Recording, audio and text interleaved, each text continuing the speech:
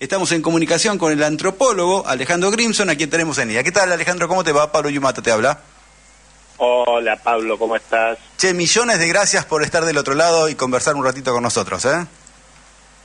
Sí, un placer, justo antes de salir para la... Sí, ya ahora un ratito vamos todos para allá. Bueno, ¿cómo definirías al gobierno o al desgobierno de Javier Milei allá un poquito más de un año que está gestionando la vida de todos los argentinos y argentinas? Claramente es un gobierno de ultraderecha que fue elegido por las urnas, ganó las elecciones por la simple razón de que no había ningún otro candidato que propusiera bajar la inflación y no hay ningún país de Europa y de América que tenga la inflación que tenía la Argentina cuando él ganó.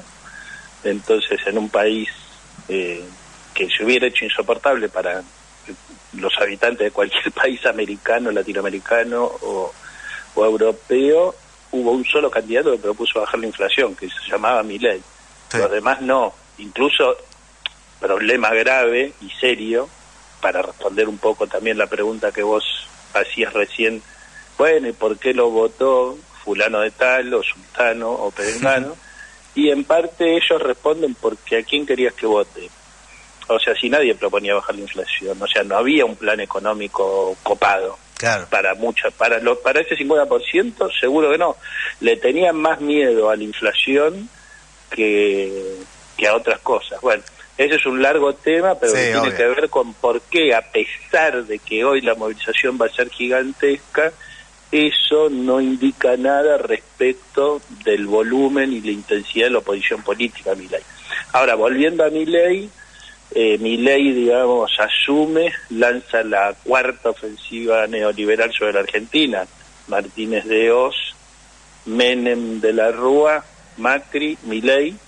Es lo mismo, tablita, le dicen crawling peg, pero no importa, es una tablita, porque vos sabés que el mes que viene cuánto va a valer el dólar, el otro mes, etcétera, hasta que esto estalle, porque ya se sabe que la cuenta corriente es profundamente negativa y eso implica un debilitamiento en términos de dólares de la Argentina, y a partir de ahí Milei consigue algo fuerte, que es con un ajuste gigantesco mantener un nivel de apoyo bastante alto, sobre todo cuando se lo compara con sus contrincantes que están por el piso.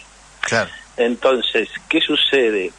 Se ceba, se la cree que ese apoyo no es porque bajó la inflación, sino que ese apoyo es por toda su ideología y toda su concepción. Y además, como sabe que los problemas económicos van a empezar a aparecer, porque claramente la sociedad quería que la inflación se bajara, pero no quería que se bajara aumentando el desempleo, aumentando la pobreza, aumentando la cantidad de gente en la calle, etcétera. Ahora, eso es lo que se va a empezar a ver cada vez más en los próximos meses. La sociedad va a empezar a reclamar sobre eso y Milei se pone a hablar en Davos, que es un foro económico, Pablo. Sí, claro. O sea, no es el foro, digamos, de, no sé, UNFPA, que es la Agencia de Género de Naciones Unidas. O sea, es el foro económico más importante del mundo para las grandes fortunas y los grandes capitales y las grandes... Y aparte él es economista, se supone que sabe de eso. Y se pone a hablar ahí, no de sus supuestos éxitos económicos por los cuales él cree que algún día le van a dar el premio Nobel, sino que se pone a hablar contra toda la comunidad LGTBIQ+, etcétera, contra las diversidades, contra las diferencias, y genera una reacción muy fuerte en una sociedad que es una sociedad madura respecto del punto de que yo no encuentro, salvo una pequeña minoría de argentinos decimonónicos, no encuentro una mayoría social que tenga ganas de volver al siglo XIX o de volver a 1980. ¿Por qué? Porque acá viene el punto que quería traer con esto, que es, vos dijiste muy bien, él dijo que hace el ajuste más grande de la historia de la humanidad. Yo lo que digo es que si él cumpliera el discurso de Davos, haría el mega ajuste más grande a las libertades que se haya hecho en los últimos años, porque esto es un ajuste a las libertades. O sea, es un ataque brutal contra todas las libertades individuales. Acá se discute mucho si el peronismo tiene que ver con el progresismo, si el kirchnerismo tiene que ver con el progresismo, si la agenda que hoy se va a manifestar multitudinariamente en las calles tiene o no tiene que ver con el peronismo. Hay grupos que dicen que no, que se perdieron las elecciones por eso. Pavadas se suman al ataque de Milei, católico, conservador, decimonónico, porque sí, somos nacionales, populares y somos progresistas y no vamos a aceptar que se pretenda retroceder en el matrimonio igualitario, en la ley de identidad de género, en el documento no binario, en el divorcio, porque atrás de ellos Venegas Lynch quiere abolir el divorcio vincular, de Alfonsín. Sí, no digo, porque si defienden a una familia, la familia que no tiene Milei, ¿no? Defienden a la familia que no tiene Karina Milei. Exacto. Sí, la familia que imaginan, no sé. No, la verdad es que lo que estás planteando obviamente tiene que ver con esto. Y aparte, una cosa que también dijiste el otro día en televisión, te vi que estuviste en C5N, y planteaba, por lo menos se dio la hipótesis acerca de que esta gente tira este tipo de discursos justamente en un foro económico que no tenía nada que ver, quizás porque, esto también lo adelantaste vos al comienzo de esta charla, porque en términos económicos quizás todo se pueda derrumbar mucho antes de lo que ellos tenían previsto, porque esencialmente ellos dependen del dinero, de los dólares que deberían o tendrían que aportar el FMI, porque si no, no llegan a las elecciones de medio término. Realmente no tienen dólares, tienen reservas negativas en el Banco Central, la situación es bastante caótica en términos económicos y financieros, con lo cual digo, me da la sensación de quizás estratégicamente quisieron volver a dividir a la sociedad con estos temas que ellos saben que son urticantes, que van a tocarle la sensibilidad a muchísima gente, lo saben, lo hacen a propósito, pero quizás decidieron hacerlo justamente para tapar otros temas. No sé si estás de acuerdo en esto, creo que algo de esto te escuché hablar. Creo que eso, sí, totalmente, estoy de acuerdo. Creo que eso fue el ejercicio de este primer año y pico de gobierno, que es lo que yo llamo el plan del hiperestrés y el plan del desquicio. O sea, ponernos a discutir estupideces, ponernos a discutir cosas que no son... O temas que ya están saldados. Estructurales. Exacto, sí. No, pero yo me refiero a estupideces cuando digo que insulta, él insultó a Pedro Sánchez, insultó a la esposa de Pedro Sánchez, perfecto. No lo saludó a Lula, ¿me entendés? Me refiero a eso con estupideces. O sea, hacer todos los días un idiotez para que todo el mundo ande discutiendo idioteces y no discuta la cuestión estructural. Y de vez en cuando tiraban cuestiones, como vos decís, que ya están saldadas en la sociedad argentina. Exacto. ¿No es cierto? Pero vos acordate que el año pasado una diputada de ellos se les ocurrió presentar la derogación del IVE y ellos se le hicieron sacar eso. ¿Por qué? Porque no está el horno para bollos. Ahora, ¿qué pasó? Se equivocaron en Davos. O sea, tratando de hacer un show que se suba al tren de Trump, se pasaron varias estaciones porque Trump tiene funcionarios de primer nivel que son gays casados con otros varones. Entonces, pero eso en Estados Unidos no está en discusión en este momento. O sea, se puso en discusión el aborto y hay un problema entre los estados, bueno, por todo el sistema político estadounidense distinto. No hay una ley federal necesariamente, puede haber distintas políticas de distintos estados sobre ese tema.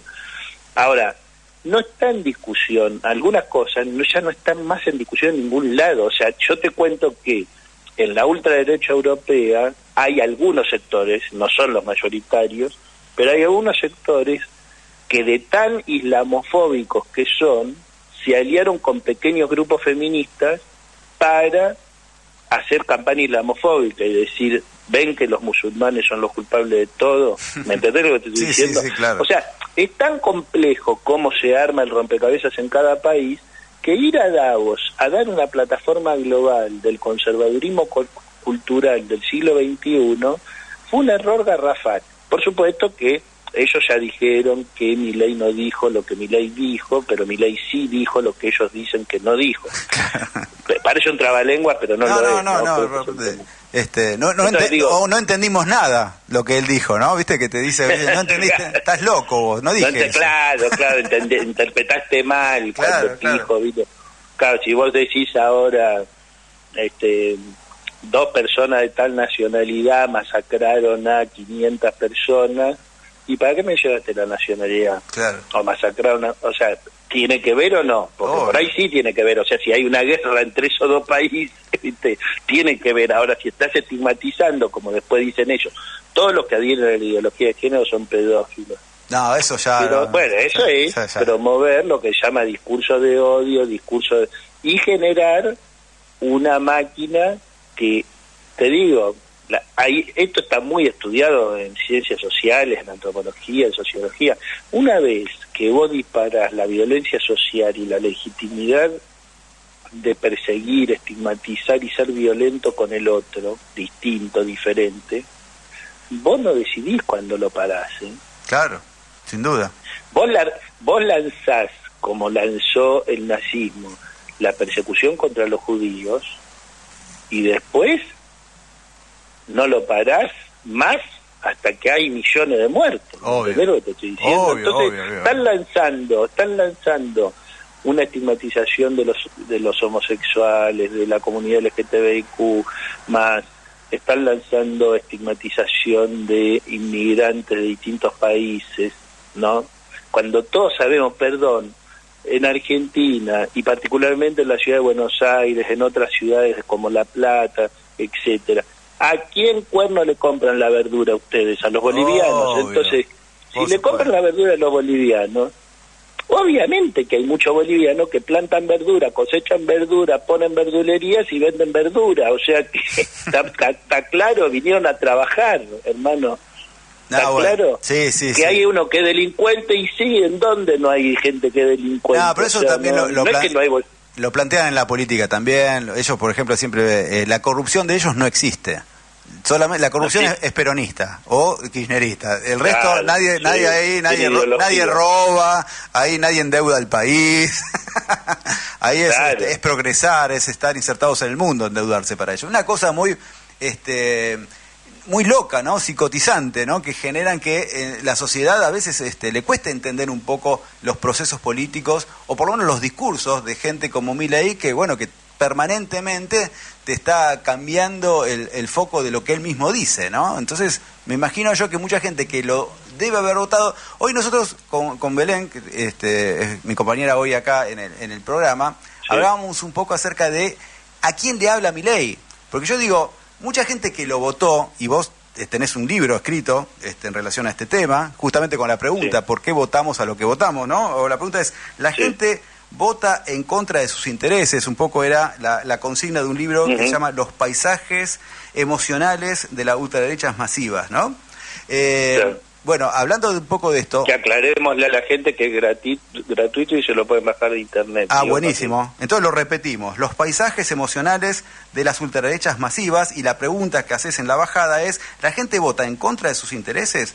Ahora, la pregunta que yo te hago, la repregunta que te haría en este caso es, yo me refiero más que nada a ese 15-20% que son los que definen la votación en definitiva.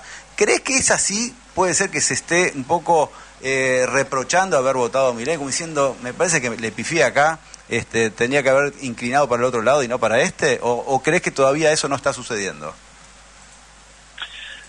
Yo no sé, digamos, no sé si va a suceder de esa forma, no sé si va a suceder como un autorreproche de lo que voté.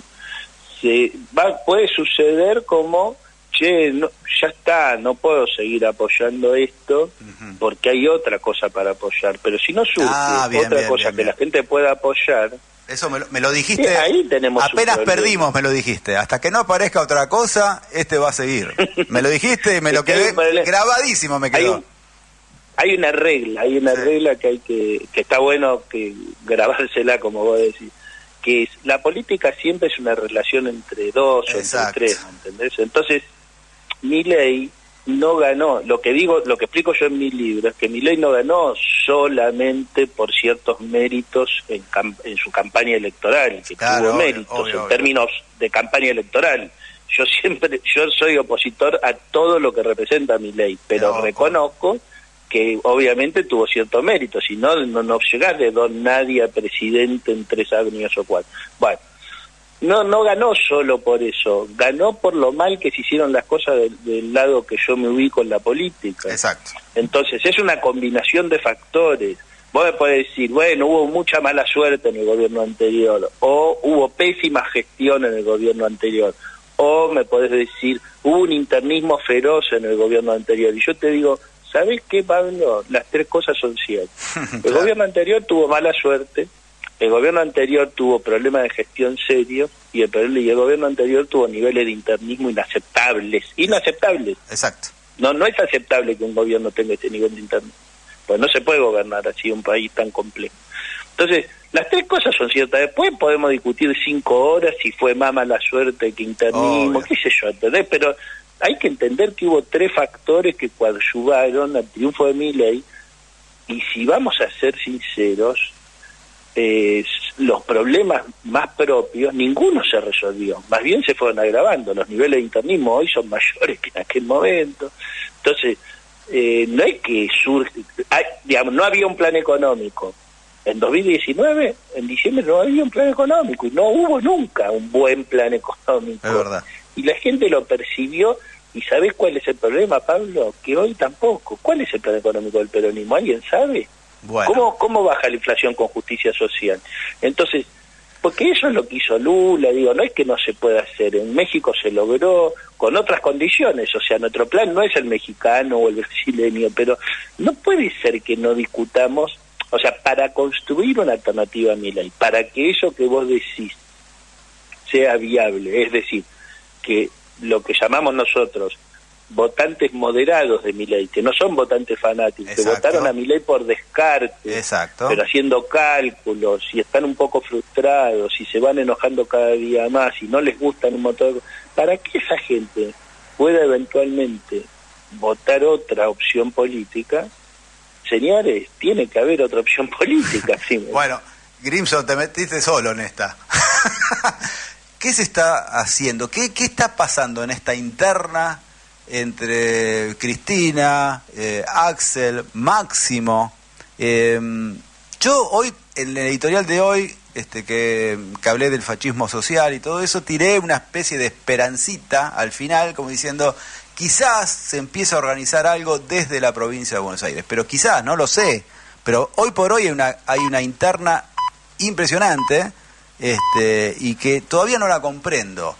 A vos, la pregunta que te hago es, vos, como intelectual, un tipo que has asesorado a políticos, que te juntás con otros intelectuales, te he visto en fotos con Jorge Alemán, con otra gente, y la pucha, digo, ¿no les dicen ustedes a los políticos, che, muchachos, organícense, armen un plan económico con justicia social, presenten un esquema aceptable y entendible para la gente que enamore? ¿Qué les dicen los políticos a ustedes? Porque no entiendo más nada.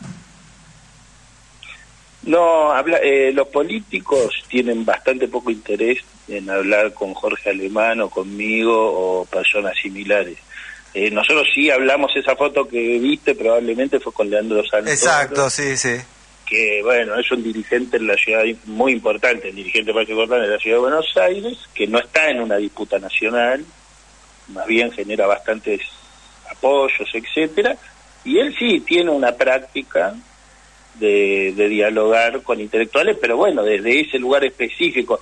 Ahora, más allá de eso, yo por lo que hablo con quienes fueron también asesores en el gobierno anterior, y fue muy frustrante, yo me fui por eso, sí, me imagino, el gobierno anterior, etcétera, hay muy poca escucha. Pero más allá de eso, yo te voy a decir lo que yo pienso, no en términos de nombres y apellidos.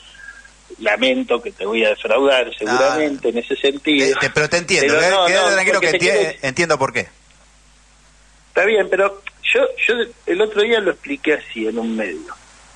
Vos querés, vamos a suponer, hacer una película, una obra de teatro, no sé, cualquier cosa, y querés que se llene de gente, que la película sea súper taquillera.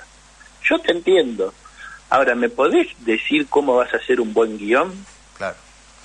Porque todos los políticos profesionales quieren ganar elecciones, y es lógico, y está bien que así sea. Ahora, ¿alguien me puede explicar cuál es el proyecto de país? Porque si me dicen que el proyecto del país es el de antes de 2015, yo le digo, chicos, pero ustedes ya saben que el mundo cambió, porque, digamos, podemos discutir los problemas que había antes de 2015, si había un poquito de inflación más o menos, 20, 22, 23, por año, ¿no? Podemos discutir lo que quieras, pero acá, en lo que nosotros, yo te digo realmente, yo creo que quiénes son los líderes más carismáticos de cada etapa, de cada coyuntura, es una cosa que lo mejor es que lo decía la gente en las urnas, te soy sincero en mi opinión. Sí, pero que van a suspender las PASO, así que está complicado eso. Claro, así que eso no va a suceder. Pero lo más importante que nosotros, las personas que vos nombraste y otras que podrías nombrar, digamos que tenemos, que estudiamos, laburamos, militamos, investigamos, escribimos, esa gente, ¿en qué podemos aportar? En el proyecto del país. Nosotros tenemos escritos y textos y seguimos discutiendo, Yo sigo trabajando en el proyecto económico, en el proyecto político, voy a seguir trabajando. Obviamente, no es taquillero, con eso no llenás estadios, pero con eso sí tenés un paper para decirle al dirigente político, empecemos la discusión con esto. No es que termina con esto, pero empecemos. Sí, y por ejemplo, a ver, en ese famoso plan económico en el que, de hecho, hay muchos economistas que están trabajando en eso, en la provincia de Buenos Aires también. También. Se está dando esa discusión. Ahora, no la están sacando. Hoy yo planteaba un poco cómo la derecha tiene una capacidad de influenciar en la sociedad de manera impresionante.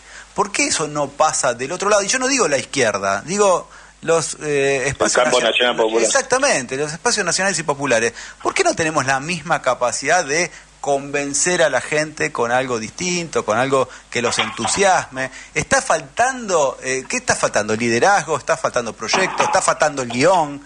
¿Qué es lo que está faltando? Porque digo, las elecciones de medio término falta poquito, 6 meses ya estamos de vuelta. Y no quiero ni pensar si vamos divididos, si perdemos. Me imagino cómo va a estar la gente en ese contexto, ¿no? Entonces digo, nos está pasando algo en el espacio nacional y popular que no podemos transmitirle un mínimo de esperanza a la gente. Sí, nos ha pasado que perdimos 2 elecciones presidenciales y ganamos una. Las 2 que perdimos, la primera la perdimos sin paso, ¿no es cierto? La segunda la perdimos con una elección equivocada y personal también, ¿no? Sí. Fui también sin paso. Y la tercera la perdimos con una paso que pareció más bien simbólica, por decir así, ya en una situación bastante crítica de un acuerdo de los dirigentes más importantes sobre las candidaturas. Entonces, si vos perdés 2 elecciones y la única que ganás en ese gobierno que tuviste, y no es muy fácil que no estés mal. A ver, o sea, además, si a eso vos le sumás que no estamos hablando de un fenómeno argentino, estamos hablando de un cambio de época global, ¿no? Sí. Estamos hablando de un fenómeno global donde estas fuerzas están creciendo en todos los países con distintas intensidades, donde hay un clima que va bastante contracorriente de las ideas de mayor distribución y mayor justicia social. Hay gente que se anima a decir que está en contra de la justicia social como Milei. Bueno, sí, o sea, hoy nosotros estamos navegando contracorriente y es probable que durante un tiempo haya que navegar contracorriente. Ahora, si vamos a ir en botecitos separados, va a ser imposible. Va a ser imposible, exactamente. Si no sabemos para qué lado ir, va a ser imposible. De los que te nombré... Lo que te quiero decir con esto es, fácil no va a ser, es un momento malo. Es un momento malo, hay que asumirlo. Pero si los líderes, y que algunos ya te los nombré, no se ponen de acuerdo, va a ser peor. Sí, va a ser gravísimo. Sí. Bueno, listo. Pero la verdad que está muy complicado y me parece que ahí está. Si esas personas, la verdad... Ahora, vos me podés decir, pero pará, no seas tan pesimista. Yo no soy pesimista. Lo que estoy diciendo es que sí tenemos que decir con nombre y apellido, como vos las dijiste... Sí. La dimensión de la responsabilidad de lo que está en juego en esta coyuntura. Y a mí me parece que están prevaleciendo más los intereses personales que otra cosa. Y lamentablemente lo digo, ¿eh? Lamentable, no puedo creer que esté pasando eso, pero está pasando. Está bien que cada dirigente quiera obtener votos, pero está mal que cualquier dirigente olvide que primero la patria. Exacto. Y sí, lo que pasa es que me imagino que se deben de tirar, bueno, no, pero primero la patria, pero sí, hacelo vos. No, vos. ¿Entendés? Se deben tirar la pelota así, como diciendo, bueno, empezá vos, y entonces no se ponen de acuerdo. Yo te digo, lo único que te puedo decir hoy, lo que a mí me parece, y podés opinar o no si querés, y te entiendo si no lo haces, es que para mí, en la provincia de Buenos Aires, hay un líder político que es presente y es futuro. Y que del otro lado hay una persona que obviamente nadie va a dejar de destacarle todo lo que hizo por la Argentina, pero que en los últimos tiempos se equivocó bastante. Y que dentro de todo tendrían que ayudarse mutuamente y no estorbarse como creo que está sucediendo. Es mi punto de vista y quizás me equivoque, pero me parece que si querés decir algo decís y si no, ya está, queda tranquilo, no pasa nada.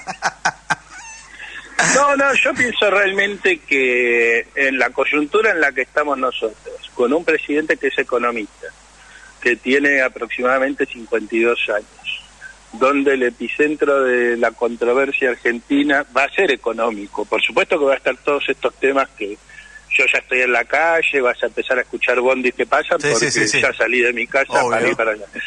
En ese contexto concreto, bueno, viste cómo es el tema de los gobernadores. Si haces una encuesta, y viste, la mayoría de la gente no conoce a algunos gobernadores. Bien, Yo no digo que no pasen otros gobernadores a la liga presidenciable, que lo intenten hacer y que lo hagan, qué sé yo, me parece bien. O sea, ese es el juego de la política, que traten de pasar. Ahora, que Axel Kicillof está en esa liga y que hoy no hay otros gobernadores en esa liga es un hecho. Claro. Que es economista, joven, que nadie le va a cuestionar su honestidad y su capacidad de gestión, es obvio. O sea, qué sé yo, si mañana me conseguís un candidato mejor, fabuloso, pero candidato a ese nivel, nosotros no tenemos en este momento un espacio democrático, popular y progresista, algo que sintetice mejor. Que él tiene que hacer un camino y un recorrido dificilísimo para poder crecer y ser mucho más de lo que es, también es cierto, seguramente. Es verdad. No está resuelto el problema, pero tenemos que partir de un diagnóstico realista de cuáles son las fortalezas y la debilidad que tenemos, porque si no, estamos discutiendo, qué sé yo, cosas totalmente irrelevantes. Bueno, Ale, te agradezco infinitamente esta conversación. La hicimos larga pero contundente, ¿eh? Te agradezco infinitamente esta charla y bueno, nos encontramos ahora en la marcha, ¿te parece? Un abrazo, Pablo. Chau. Abrazo grande, que estés muy bien, ¿eh? Bueno, ustedes lo escucharon, era el antropólogo Alejandro Grimson, que estuvo aquí en La Excepción a la Regla.